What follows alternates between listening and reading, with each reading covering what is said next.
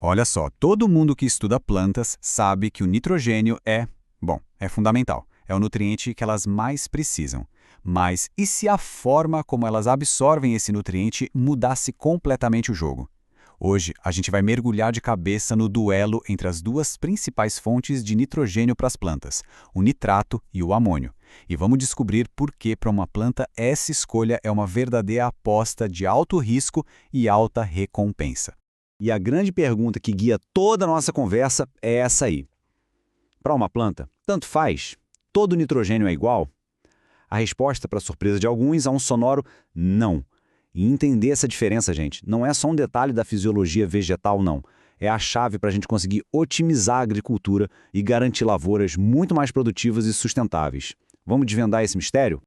Então esse aqui é o nosso roteiro de hoje. Primeiro vamos entender as duas faces do nitrogênio. Depois a gente vai analisar o nitrato, que é o jogador seguro, e em seguida o amônio, o apostador de alto risco. Vamos ver como eles se enfrentam ali na rizosfera e, no final, descobrir qual é o segredo da combinação ideal.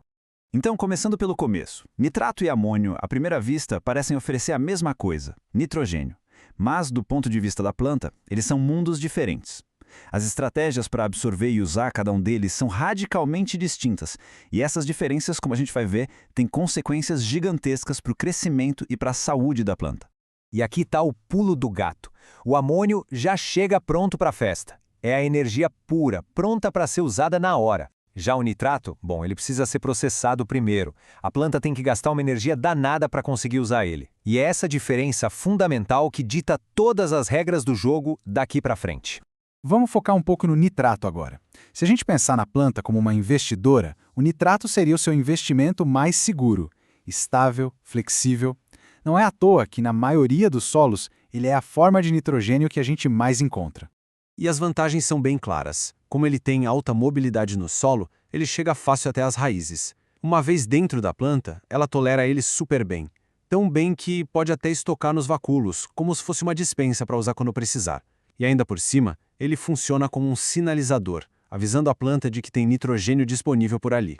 Só que toda essa segurança, toda essa flexibilidade tem um preço. E é um preço energético bem alto. É como se a planta tivesse que pagar uma taxa extra por essa conveniência toda. O problema é o seguinte: o nitrato é como um ingrediente cru. A planta precisa cozinhar ele em duas etapas para finalmente transformar em amônio, que é a forma que ela realmente consegue usar.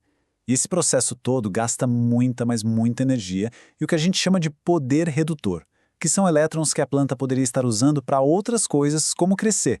É um processo caro. E isso nos leva direto para o nosso outro personagem, o amônio. Se o nitrato é a opção segura, o amônio é a aposta de alto risco e alta recompensa.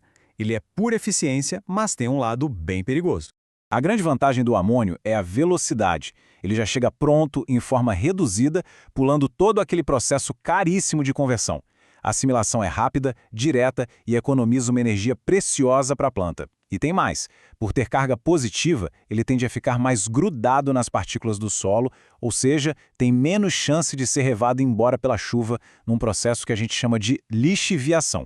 Só que essa eficiência toda vem com um lado bem sombrio, um risco enorme. E a palavra-chave para entender isso é toxicidade. Diferente do nitrato, que pode ser guardado, o amônio livre dentro da célula é tóxico. É como um veneno.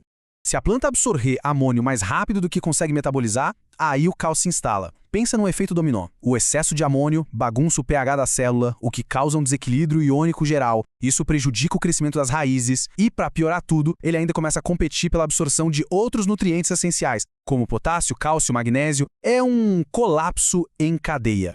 Agora, vamos levar essa disputa para fora da planta, lá para o campo de batalha da rizosfera, aquela região do solo que fica bem pertinho das raízes. Porque aqui, os efeitos do nitrato e do amônio são completamente opostos e igualmente importantes. Essa tabela resume bem o confronto. Dá para ver que o nitrato é mais móvel, mas também corre mais risco de ser perdido. O amônio fica mais retido. Mas olha só a última linha, o efeito no pH. É aqui que a coisa fica séria, com consequências para todo o ecossistema da raiz. E esse ponto é crucial. Quando a planta absorve nitrato, ela acaba alcalinizando o solo ao redor da raiz, deixando ele mais básico. Já com o amônio, acontece o contrário. A raiz libera ácidos e o solo fica, bem, mais ácido. Essa mudança de pH não é um detalhezinho não, ela pode literalmente destravar ou bloquear a absorção de outros nutrientes. Um solo muito alcalino, por exemplo, dificulta a absorção de ferro. Um muito ácido pode atrapalhar de magnésio. E então, quem ganha essa batalha? Nitrato ou amônio? A verdade é que a melhor resposta não é escolher um lado, é na verdade encontrar o equilíbrio perfeito. É aqui que entra a tal da combinação ideal. A mágica acontece na sinergia. Quando a planta recebe os dois, ela consegue unir o melhor de dois mundos, a segurança e a flexibilidade do nitrato com a eficiência energética do amônio. É como ter um carro que é seguro e econômico ao mesmo tempo. Cada forma acaba compensando as desvantagens da outra. E a prova está nos resultados. Esse gráfico mostra um padrão clássico. Observem as duas primeiras barras. Nutrição só com o nitrato ou só com o amônio promove um bom crescimento, sim. Mas a terceira barra, a que representa a combinação dos dois, ela dispara. O desempenho é muito superior. A união, nesse caso, realmente faz a força. E essa citação resume perfeitamente o que a gente discutiu.